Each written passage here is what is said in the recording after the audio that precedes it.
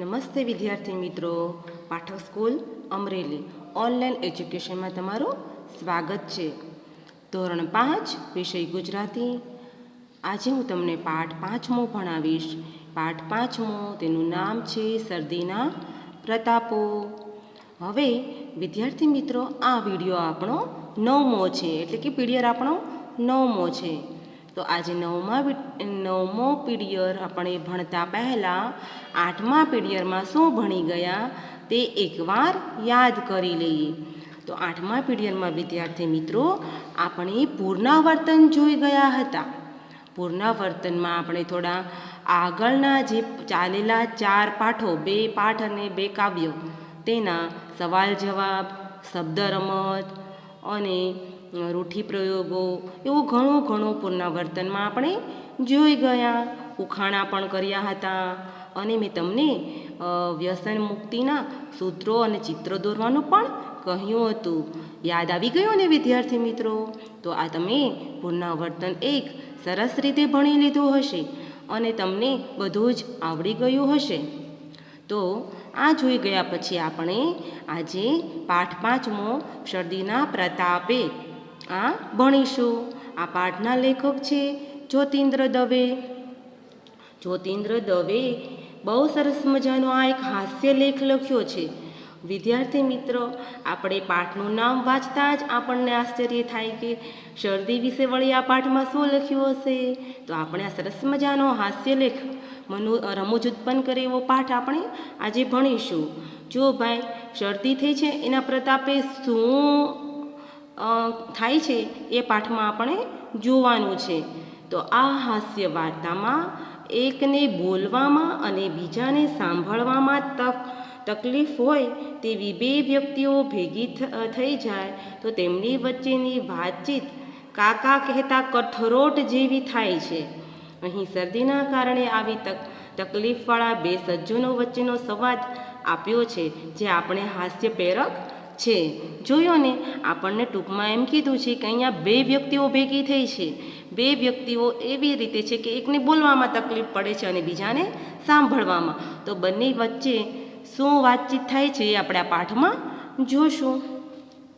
તો જ્યોતિન્દ્ર દવે વિશે તમને કહું તો એમણે હાસ્યના તરંગો અને એમની આ ચોપડી છે રેતીનો રોટલો, એમાંથી એણે એક પ્રસંગ મૂક્યો છે આ પાઠમાં.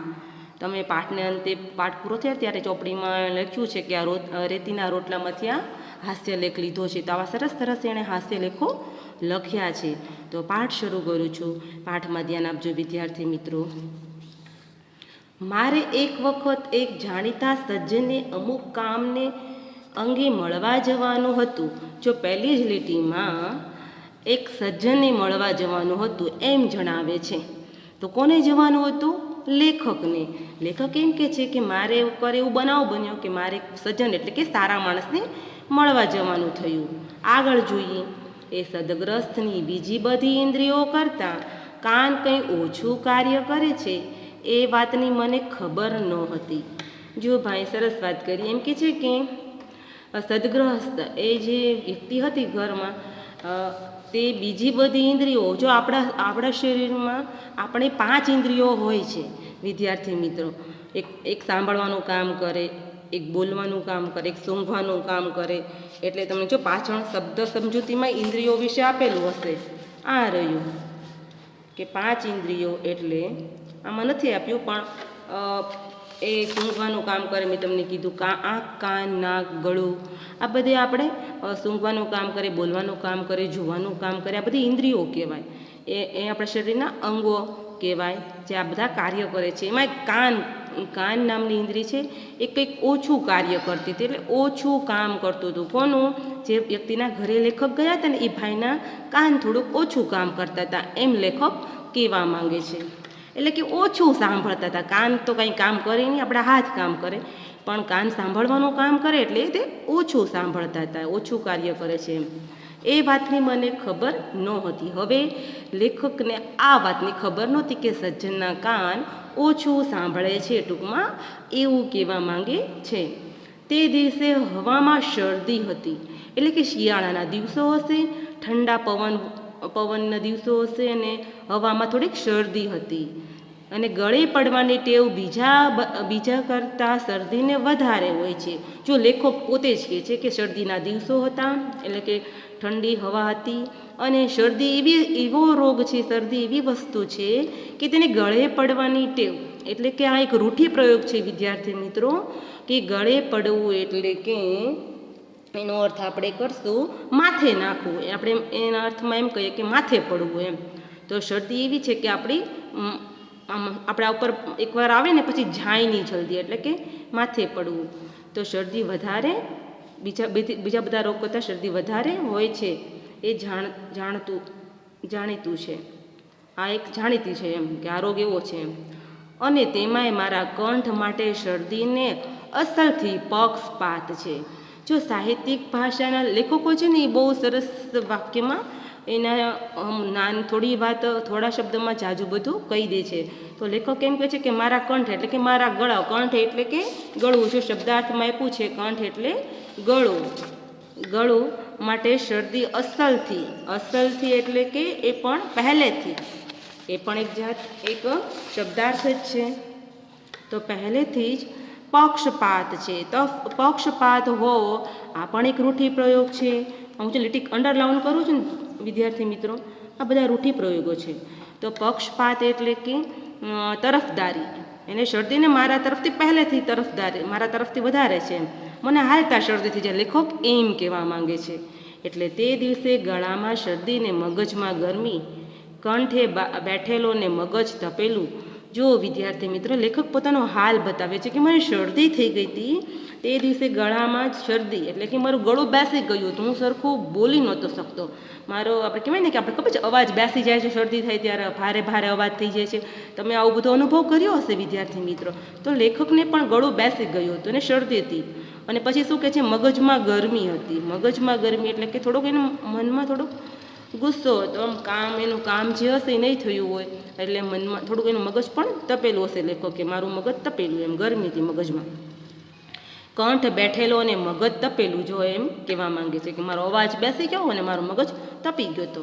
એવી કંઈ મારી સ્થિતિ હતી. એટલે મારી કંઈક સ્થિતિ આ રીતની હતી. મને શરદી થઈ હતી, મને બોલવામાં તકલીફ હતી, મારો મગજ તપેલો હતો અને હું જે સજ્જનના ઘરે ગયો હતો તેનું કાન ઓછું કામ કરતા હતા સાંભળવાનું.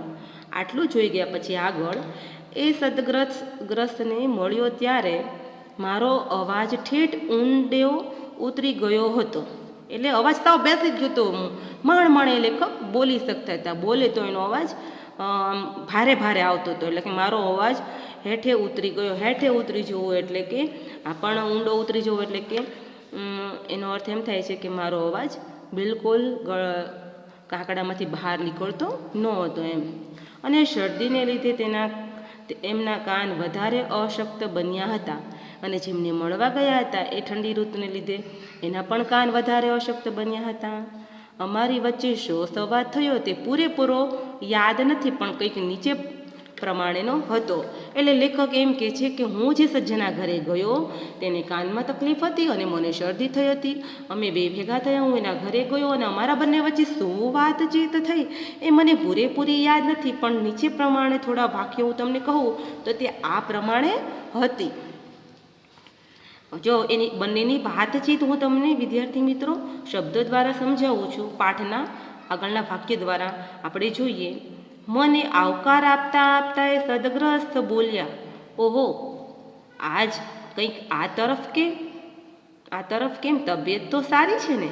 જો જેના ઘરે ગયા હતા લેખક, એ વ્યક્તિએ એમ પૂછ્યું કે તમે આ તરફ એટલે કે આ બાજુ મારા ઘરે આજ કેમ આવ્યા, તમારી તબિયત તો સારી છે ને એમ. આપનું જરા કામ હતું, તબિયત મજામાં છે, જરા શરદી થઈ છે, બાકી બીજી રીતે કુશળ છું. એટલે લેખકે પોતાનો વાત કરી કે મારે થોડું તમારું કામ હતું એટલે હું તમારા ઘરે આવ્યો છું. મારી તબિયત તો સારી છે કે પણ જરાક શરદી થઈ છે કે બીજું બધું તો કુશળ એટલે કે હું મજામાં છું. તો આ લેખક અને પેલી સજ્જન વ્યક્તિના બેના વાતચીત આપણે જોયું. આગળ શું કહે છે, મને શરદી થઈ છે એમ તમને કોણે કહ્યું. જુઓ પહેલાં સજ્જનના ઘરે લેખક ગયા હતા, એને કાનમાં થોડોક પ્રોબ્લેમ હતો વિદ્યાર્થી મિત્રો. તો જો એણે શું જવાબ આપ્યો છે? લેખકે એમ કીધું કે મને શરદી થઈ છે. તો પેલા ભાઈ શું સમજ્યા? સાંભળો, જો એમ કહે છે કે મને શરદી થઈ છે, એમ તમને કોણે કહ્યું? એ તો જરા નહીં જેવા શમખેળ અને ઉધરસ થયા છે. મને જોવા આવવાની, અહીં સુધી આવવાની તસદી લેવા જેવું કંઈ નથી. એટલે લેખકને પેલા સજ્જન માણસ એમ કહે છે કે મને શરદી થઈ એવું તમને કોણે કીધું? મને તો જરા આમ શમખેળ એટલે કે થોડી આમ થોડુંક વાતાવરણની શરદી ઉધરસ જેવું થઈ ગયું છે, ગળું આમ કાંકડાને લીધે બાજી ગયું છે, બાકી મને કશું થયું નથી. મને અહીં સુધી જોવા આવવાની તમારે તસદી એટલે કે તકલીફ લેવાની જરૂર ન હતી એમ. આ તસદી શબ્દ એટલે કે તકલીફ, બરાબર છે. આગળ તો આવું સજ્જન માણસ ઊંધું સાંભળ્યું, જોયું ને વિદ્યાર્થી મિત્રો, અને કંઈક અલગ જ જવાબ આપ્યો, લેખકે કંઈક અલગ જ કીધું. આગળ જોઈએ. મને લાગ્યું કે એમના સમજવામાં કંઈ ભૂલ થઈ છે. જો લેખકે પકડી પાડ્યું કે આ ભાઈને કંઈક સમજવામાં ભૂલ થઈ છે, મેં જે કીધું નથી, કંઈક ઊંધો જવાબ આપ્યો છે. પણ તે સુધારવાનો પ્રયત્ન ન કરતાં મેં કહ્યું, હવે કેમ છો? દવા બવા તો કરો છે ને? જો લેખક સમજુ માણસ હતા એટલે એણે શું કીધું કે મેં કંઈ સુધારો વધારો ન કર્યો, એ ઊંધું સમજ્યા તો ભલે ઊંધું સમજ્યા, પણ એની તબિયત મેં પૂછી લીધી કે તો હવે દવા બવા તો લ્યો છો ને, તમને શરદી જેવું છે તો સારું છે ને એમ લેખકે સામો સવાલ કર્યો. હા, અહીંની હવા જરા એવી છે ખરી, પણ હવા ફેર માટે જવાનું હજી નક્કી કર્યું નથી. એ તો ઠીક, પણ ચા બા લેશું ને? જુઓ, અત્યારે પણ ઊંધું સમજ્યા. પેલા સજ્જન માણસને એમ કીધું કે દવા બવા લ્યો છો કે નહીં? લેખકે એમ પૂછ્યું. તો પેલા ભાઈ શું જવાબ આપે છે? ઓછું સાંભળવાને લીધે એમ કે છે હવા જરા એવી છે ખરી. એટલે એમ કે અહીં બધું બરાબર જ છે, પણ હવે હવા ફેર માટે જવાનું એટલે કે મને તમે બહાર જવાનું કહો છો, પણ કાંઈ નક્કી નથી, મારે ક્યાંય બહાર સફર માટે હમણાં જવું નથી. ઠીક, હવે તમે ચા બા લેશો? એમ કરીને એણે નવો સવાલ પૂછી લીધો. ચાની બનતા સુધી ના નથી કહેતો, અને શરદીમાં તો બહુ જ ઠીક પડશે. જો લેખકને મનમાં વિચાર આવ્યો કે ચા તો મને ભાવે છે, ચાની હું ના નહીં કહું, અને શરદીમાં ચા પીવો આદુવાળી તીખી તો કંઈક સારું રહે ગળામાં, એટલે બનતા સુધી તમે ચા નથી પીતા. લ્યો, એણે ઊંધું સાંભળ્યું. પેલા સજ્જન માણસે પાછું કાનમાં પ્રોબ્લેમ હોવાથી કે એણે એમ કીધું કે હું ચાની ના નથી કહેતો. લેખક એમ બોલ્યા અને પેલા ભાઈ એમ સમજ્યા કે ચા નથી પીતા. આખી વાત ફેરવાઈ ગઈ. જોયું ને વિદ્યાર્થી મિત્રો? તે ઘણું સારું. લ્યો, પેલા ભાઈ કહે છે તો ઘણું સારું એ કે ચા નથી પીતા, તો પણ ચા શરદી કરે એમ તમને કોણે કહ્યું? જો લેખક એમ બોલ્યા હતા કે શરદીમાં ઠીક પડે ચા, અને આ ભાઈ એમ સમજ્યા કે ચા શરદી કરે. એટલે એણે સામો સવાલ કર્યો, ચા શરદી કરે એવું તમને કોણે કહ્યું વારું? તો કોફી લેશો? જો હવે ચામાંથી ગયા, ચાની વાત તો ભાઈએ પડતી મૂકી અને એમ સમજ્યા કે ચાથી શરદી થાય એટલે કે હવે કોફી લેશો? એમ સામા ભાઈએ પૂછ્યું. કોફીનો પણ અત્યારે વાંધો નથી. જુઓ, લેખક જવાબ આપે છે અને એમ થયું ચા ગઈ તો થયું, પણ કોફીનો પણ મને વાંધો નથી. કોફીનો ડૉક્ટર વાંધો લે છે. ઠીક, ત્યારે કોકો. જો સાંભળવાની તકલીફ, એ ભાઈએ એમ જવાબ આપ્યો. સજ્જને કોફી પણ માંગી તો એમ કીધું કોફીનો ડૉક્ટર વાંધો લે છે એ કે ઠીક, ત્યારે તો કોકો. હવે ત્રીજી વસ્તુ મંગાવવાની વાત કરે છે. પેલા ભાઈ મોઢેથી બોલીશ તો ચા અને કોફીની પેઠે એટલે કે જેમ કોકોય ગુમાવીશ એમ લાગવાથી મેં ડોક વડે હા પાડી અને આખરે અમારા માટે કોકો મૂક્યો. જો લેખકને કેટલું દુઃખ થાય છે, બોલે છે, કાંઈક સામેવાળા ભાઈ સમજે છે, કાંઈક રમૂજ ઉત્પન્ન થાય છે ને વિદ્યાર્થી મિત્રો? તમે આખો પાઠ શાંતિથી એકવાર વાંચશો ને તો વાંચતા તમને પણ હસવું આવશે. લેખક કહે છે સજ્જનભાઈને કંઈક અને સજ્જનભાઈ સાંભળે છે કંઈક. એને ચા પણ માંગી તો ન મળી, કોફી પણ ન મળી, અને હવે કોકો જોઈ કે હું બોલીશ ને મોઢેથી કે હા મને કોકો આપો, તો એ પણ બોલવાથી કંઈક ઊંધું સાંભળીને મને કોકો પણ નહીં આપે. એટલે એણે ફક્ત કોકો માંગવા માટે ડોકું ધૂણાવ્યું અને કોકો પછી મૂકવામાં આવ્યો તેમના માટે. કોકો એક જાતનું પીણું છે વિદ્યાર્થી મિત્રો. શિયાળામાં તમને ખબર હોય તો કાવો ને ઉકાળો ને કોકો ને બધા પીતા હોય છે, તમે સાંભળ્યું હશે. તો આ કોકો આ એક જાતનું પીણું છે. હવે આગળ જોઈએ આપણે. આ ઘર તમને ફાવે છે કે નહીં? મેં પૂછ્યું. તેઓ બોલી ઉઠ્યા વર. જુઓ, વિદ્યાર્થી મિત્રો, હવે નવી વાતચીત ચાલુ કરી. પહેલાં તબિયત પાણી પૂછ્યા તો ઊંધું સમજ્યા સજ્જનભાઈ. પછી ચા મંગાવવાનું કહેતા તે ઊંધું સમજ્યા ને કોકો અંતે પીવડાવ્યો. હવે ત્રીજી વાતચીત બંને વચ્ચે થાય છે તો લેખક એમ પૂછે છે કે તમને આ ઘર તમને ફાવે છે કે નહીં, એટલે ઘર વિશે પૂછે છે. તો મેં પૂછ્યું તેઓ બોલી ઉઠ્યા. લેખકે પૂછ્યું એટલે ઓલા સજ્જનભાઈ બોલી ઉઠ્યા. જો ઘરને બદલે શું સમજ્યા? વર સુલોચનાના, એટલે એમની પુત્રી છે, સજ્જનભાઈની પુત્રી છે, તેમની પુત્રી માટે વર હજુ શોધ્યો નથી. લ્યો, ક્યાં ઘરની વાત કરતા હતા ને ક્યાં વરની વાતે પર આવી ગયા. એને એમ સમજ્યા કે મારી દીકરીના વર વિશે પૂછે છે કે મેં હજી શોધ્યો નથી. સજ્જનભાઈ એવો જવાબ આપે છે, હજુ નાની છે, સી ઉતાવળ છે. એટલે એમ કે છે મારી દીકરી હજી નાની છે, કાંઈ ઉતાવળ નથી. આ પ્રમાણે જુઓ, હવે લેખક કહેવા માગે છે કે આ પ્રમાણે દવાને બદલે હવા અને ઘરને બદલે વર સાંભળનાર સાથે જે વાત કરવા આવ્યો હતો તે વાણી દ્વારા કરવી અશક્ય છે, એટલે કે કહી શકાય એમ નથી એમ મને લાગ્યું. તેથી પત્ર લખી એ વાત એમને જણાવી એવો નિશ્ચય કર્યો. જો લેખક ક્યાં ને ક્યાંથી દૂરથી આ ભાઈના ઘરે આવ્યા હશે. આ ભાઈ કાંઈ સાંભળતા નહોતા સરખું અને લેખકને બોલવામાં તકલીફ પડતી હતી. પછી તેણે વિચાર કર્યો કે આ ભાઈ દવાને બદલે હવા અને ઘરને બદલે વર સાંભળે છે, તો ચાલો ને હું પત્ર લખીને જ મારી વાત એને હવે જણાવી દઈશ. એમ નિશ્ચય કરીને તેઓ થોડી ઘણી આડા અવળી વાતો પછી અલબત્ત એટલે કે પછી ઉપર પ્રમાણે જે કરી તે મેં આખરે કહ્યું, હવે રજા લઉં છું. જો વિદ્યાર્થી મિત્રો, લેખક થોડી વાર તો પણ એ વ્યક્તિ સાથે બેઠી થોડી વાતો કરી અને પછી એમ કીધું હવે હું રજા લઉં છું. કારણ કે એને જે કેવું હતું એ હવે નક્કી કર્યું કે હું પત્ર દ્વારા કઈ રીતે કાંઈ સરખું સાંભળતા નથી. તો શું જવાબ આપે છે? જો રજા લઉં છું એમ કહે છે તો સામે પેલા માણસ શું સાંભળે છે જોઈએ, જવાબ શું આપે છે જોઈએ આપણે. અરે મારા મહેરબાન, આમ શું બોલો છો? તમે આવ્યા એમાં મને સજા થઈ? ઉલટો આનંદ થયો.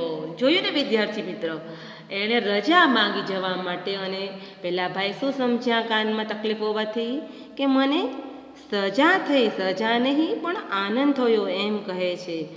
તમને પણ હસવું આવે છે ને કે ક્યાં રજા ને ક્યાં સજા શબ્દ આવી ગયો? કાંઈ વાંધો નહીં, આપણે આગળ પાડ જોઈએ. આપણી વાત સાંભળનારા અને સાંભળે તોય સમજનારા બહુ ઓછા. ડોકું હલાવી અને મૂંગા મોએ એમની રજા લે હું તો ચાલતો થયો. જો વિદ્યાર્થી મિત્રો, લેખક તો એક તામેશ તો મગજ તપેલું હતું અને શું થયું કે એને ઊંધું સાંભળ્યું સજ્જન માણસે. એટલે હવે તો એમ થયું કે આપણી વાત સાંભળનારા ને એમાંય સમજનારા બહુ ઓછા હોય છે. પાછા એમ બોલે છે, પેલા સજ્જન માણસ બોલે છે આ વાક્ય બહુ ઓછા હોય છે. અને લેખકે અંતે ડોકું હલાવ્યું, કાંઈ બોલ્યા નહીં. હવે જો બોલે તો વળી પાછો કંઈક ઊંધો અર્થ નીકળે. એટલે ડોકું હલાવી મૂંગા મોએ તે રજા લઈને ચાલતા થયા. એટલે કે એના ઘરેથી નીકળીને પોતાના ઘરે જવા નીકળી ગયા. તો સરસ મજાનો રમૂજ ઉત્પન્ન થયો. હાસ્યલેખ છે ને મજાનો વિદ્યાર્થી મિત્રો. તો આખો શરદીના પ્રતાપે પાઠ તમને હવે નામ પ્રમાણે સમજાઈ ગયો હશે ને? તો શાંતિથી આખો પાઠ એકવાર વાંચી જજો. વાંચીને તમે એમાં આપેલા અર્થ, રૂઢિપ્રયોગો અને આ પાઠનો ભાવાર્થ વિદ્યાર્થી મિત્રો મને વિડીયો સાંભળીને સમજી લેજો. તો આ પાઠ સમજાઈ ગયા પછી આપણે આગળ હવે પાછળ શું આવે છે જોઈએ. શબ્દ સમજૂતી આવે છે. તો શબ્દ સમજૂતી ઉપર એક નજર નાખી લઈએ. તો મેં તમને કીધું એમ કંઠ તો ગળું અને અસલથી એટલે પહેલેથી જ, પક્ષપાત એટલે તરફદારી, અશક્ત એટલે નબળા હોય ને અશક્ત કહે તો નબળાઈ આવી ગઈ, અશક્તિ આવી ગઈ. તસદી એટલે મહેનત, તકલીફ લેવી આપણા માટે એમ. તસદી કહે છે ને કોઈ તસદી શું, તસદી કોઈ નથી આપણે આપી, આપણે નથી કહેતા, એ શબ્દના અર્થમાં છે. કોકો, જો મેં તમને કીધું હતું ને, કોકો એટલે નાળિયેરના જેવા એક ઝાડના બીજની ભૂકી જેવું પીણું બનાવાય છે. નાળિયેરના ઝાડ જેવું છે, ઝાડ હોય ને એમાં એમ કહે છે કે એના જે બીજ હોય છે, ફળ હોય છે ને એ ભૂકો કરી અને એનું પીણું બનાવે છે, તેને કોકો કહેવાય છે. કોકો પાવડર એવું તમે નામ સાંભળ્યું હશે. તો એક જાતનું એ કોકો આપણે મને લાગે કોફીના રૂપમાં નહીં, પણ કોફી અલગ અને કોકો પણ અલગ એમ ટૂંકમાં નાળિયેરના ઝાડ ઉપર ઉગે છે. અને અલબત્ત જો કે, અલબત્ત એટલે કે જો કે, પરંતુ મહેરબાન એટલે કે હિત તેમજ ભલું ઈચ્છનાર અને કરનાર એને મહેરબાન કહેવાય. તો આટલા શબ્દ સમજૂતી જોઈ ગયા પછી આપણે ભાષા સજ્જતા વિદ્યાર્થી મિત્રો જોઈ જઈએ અને પછીના પીરિયડમાં આપણે સ્વાધ્યાય જોશું. તો ભાષા સજ્જતામાં આપણે જોઈએ કે આ વખતે વ્યાકરણમાં આ પાઠમાં આપણને શું કહેવા માંગે છે.